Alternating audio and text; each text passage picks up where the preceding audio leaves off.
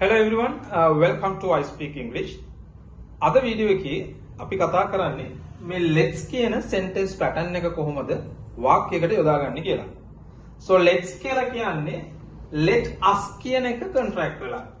මේ let's ඇතුලේ තියෙන අතරම let us කියන එක. මේකේ සමස්ත තේරුම නැත්තම් මේකේ idea එක තමයි යමක් කරමු කියන එක. ඕනම කෙනෙක් වාක්‍යයක් අපි let's එකෙන් පටන් ගත්තොත් ඒකේ තේරුම තමයි යමක් කරමු කියන එක. අපි යමක් කරමු කියන එක. ඒතර මේක වාක්‍ය හැදෙන pattern එක නැත්නම් grammar formula එක අපිට ගන්න පුළුවන්. let's එකෙන් පටන් ගන්න ඕනේ. ඊට පස්සේ අනිවාර්යයෙන්ම ක්‍රියාපදයක V1 එක දාන්න ඕනේ. ඒතර V1 කියලා කියන්නේ base form එක. ඕනම ක්‍රියාපදයකට කොටස් පහක් තියෙනවා. so මම ඒක පොඩ්ඩක් explain කරන්නම්. V1 then we have V2 verb එකේ තුන්වෙනි අවස්ථාව V3 V4 and V5 කියලා තියෙනවා. එක්සැම්පල් එකක් ගත්තොත් එහෙම දැන් go කියන්නේ යනවා V1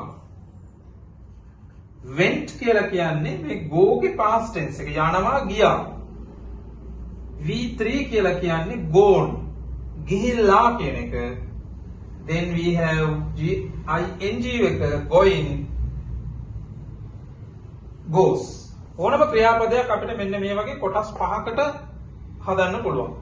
එතන මේ ක්‍රියාපදවල තියෙන මේ කොටස් ටික දන්නවනම් ගොඩක් වෙලාවට වාක්‍ය හදන්න ලේසි. ඒතර අපි අද කතා කරන let's කියන pattern එකට මෙන්න මේ pattern එකට ඕනේ වෙන්නේ ක්‍රියාපදයේ V1 එක. එහෙම නැත්නම් අපි ඒකට කියනවා base form or stem. මෙන්න මෙයා.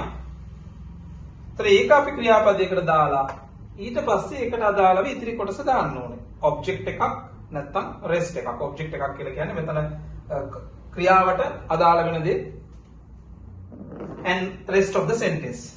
Right, okay. So let's try some examples. බලන්න මම මේ වාක්‍යෙදි කිව්වේ let's try some examples කියලා. අපි examples ටික try කරලා කරමු. Okay, look at this example. I'm going to start with let's. ඊට පස්සේ V1 එකට මම දානවා go. දැන් let's කියලා කියන්නේ යමක් කරමු. ඒකට ක්‍රියාපදේ දාපුවාම අපි යමක් කරමු කියන එක හැදෙන්නේ. ඒතර මෙතන ක්‍රියාපදේ go නිසා go කියන්නේ යනවා. මේ දෙකේ අර්ථය හැදෙනවා අපි යමු කියලා. ඔයාලට ඕන නම් ඉතිරි කොටස දාන්න පුළුවන්. home. Let's go home.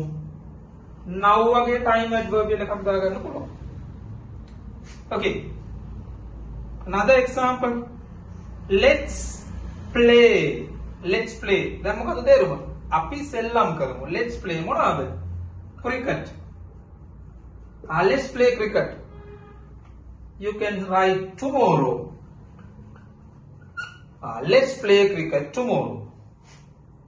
Another one. Let's read. Let's read books. So that's very easy. මෙන්න මේක තමයි වැදගත්ම කොටස මේ වාක්‍යය. ක්‍රියාපදේ. අපිට ක්‍රියාපද දන්නවා නම් සහ ක්‍රියාපදේ භාවිතා කරන්නේ කොහොමද කියලා දන්නවා නම් මේක යොදා ගන්න පුළුවන්. Right?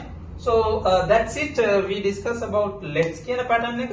ඉතින් මෙන්න මේ වගේ patterns ඕගලන්ට 1000ක් විතර more than 1000 patterns අපි කතා කරනවා.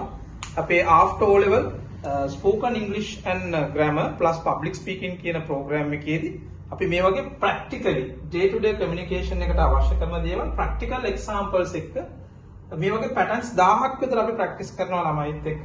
ඒතර හැම pattern එකකටම more than 10 to 20 examples අපි discuss කරනවා. so එතකොට ඒ වගේ එකක් තමයි අපි after O level ළමයි වෙන්නේ මේ පාර සූදානම් කරලා තියෙන්නේ.